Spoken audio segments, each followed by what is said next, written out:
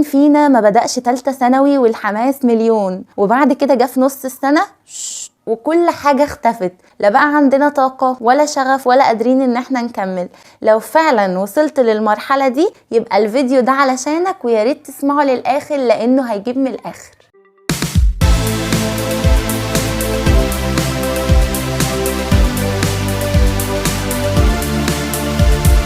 السلام عليكم ورحمة الله وبركاته. ازيكم عاملين ايه؟ واهلا بيكم في قناتي، المكان الوحيد اللي هيساعدك تحب نفسك وتطورها وتنجح على المستوى المهني والاجتماعي. زي ما شفت في اول الفيديو، هنتكلم النهاردة عن ازاي تقدر تتغلب على انطفاء الشغف لتالتة ثانوي بالذات، بس هو ينفع مع اي حد حابب يوصل لحاجة هو عايز. يلا ندخل في الموضوع على طول.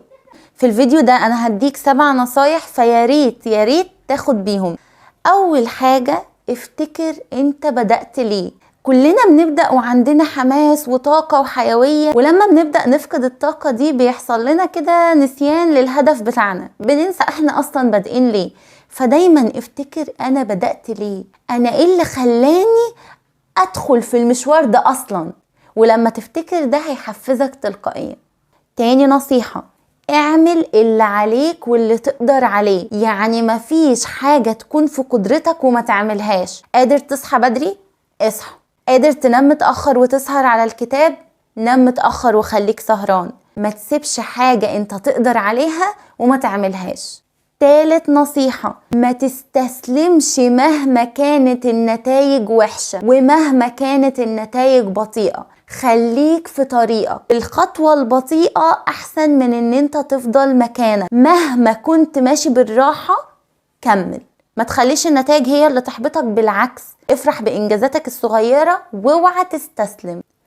رابع نصيحة، افتكر فرحتك لما توصل للي انت عملته. دايما خلي قدام عينيك النتيجة لما توصل لها هتكون عامل ازاي، واهلك هيبقوا عاملين ازاي. تخيل فرحتك وفرحة اهلك والناس اللي بيحبوك، ده هيحفزك ان انت تكمل علشان توصل للحظة دي. النصيحة رقم 5، اتعب. اعمل، بص، ابذل 150% من جهدك. استقتل، ما تسيبش حلمك يروح لحد تاني. انت لو اتخليت عن الحلم حد تاني هيحققه، وساعتها هتحس بمرارة عمرك ما حسيتها في حياتك. استقتل، قول انا قتيل الحاجة دي وهوصل لها حتى لو هيحصل ايه. عايزاك كده تجيب اخرك. سادس نصيحة، ما تقارنش نفسك بحد. خليك في نفسك وبس.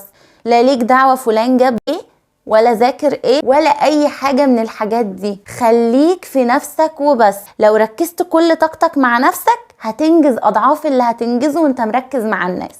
سابع نصيحة والاخيرة، ودي انا سبتها في الاخر لاهميتها، وهي التوكل على ربنا سبحانه وتعالى والصبر. ممكن تعمل كل اللي فات وما يجيبش نتيجة من غير ما انت متوكل على ربنا وبتاخد بالاسباب وعندك صبر وثقة في ربنا.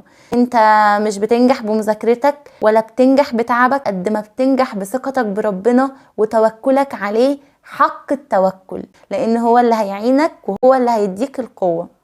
والصبر، الصبر الصبر. ما تستعجلش النتائج. مفيش حاجة بتيجي بسرعة ومفيش حاجة بتيجي بالساهل، وربنا ان شاء الله هيحقق لك كل اللي بتتمناه.